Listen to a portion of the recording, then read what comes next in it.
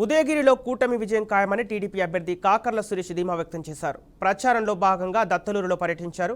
వెంకటంపేట, నందిపాడులో ప్రచారం నిర్వహించారు. పల్లెకు వెళ్లి కూటమి మేనిఫెస్టో ఉపయోగాన్ని వివరించారు. ఎర్రటి ఎండని సైతం లెక్క చేయకుండా దత్తలూరు మండలం కేంద్రంలో వెంకటంపేట, నందిపాడు పల్లెకు కాకర్ల ఎన్నికల ప్రచారం నిర్వహించారు. టీడీపీ ఎన్డీఏ కూటమి ఉమ్మడి ఎమ్మెల్యే అభ్యర్థి కాకర్ల సురేష్కు అడుగడుగున ప్రజలు నీరాజనాలు పలికారు.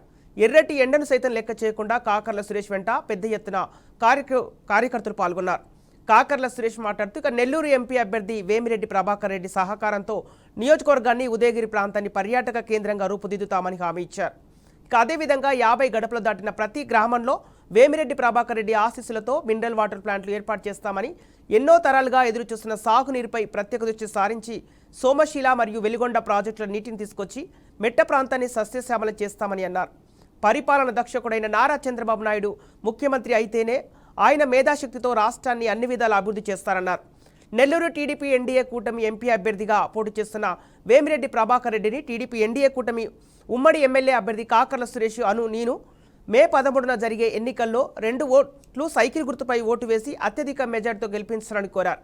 ఈ కార్యక్రమంలో మాజీ ఎమ్మెల్యే కుంభం విజయరామిరెడ్డి, మండల నాయకులు తలపల్లిని వెంకటేశ్వర్లు, మధునాయుడు, టీడీపీ కార్యకర్తలు, అభిమానులు పాల్గొన్నారు.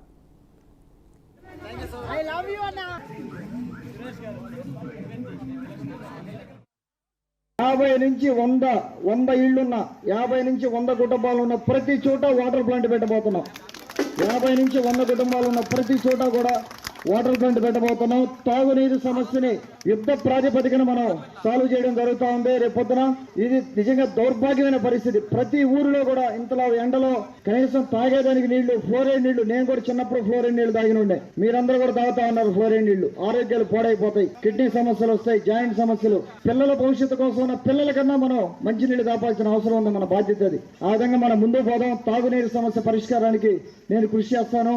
అందరికీ వాటర్ ప్లాంట్ ఇచ్చే మార్గం చూస్తాం. అలాగే సాగునీరు, ఎన్నో వేల ఎకరాలు ఎండిపోతా ఉన్నాయి. మనం ఎప్పటి నుంచో మాట్లాడుకుంటా ఉన్నాం ఇరిగేషన్ ప్రాజెక్టులు. అవి ఏవి కూడా ముందుకు వెళ్ళడం లేదు.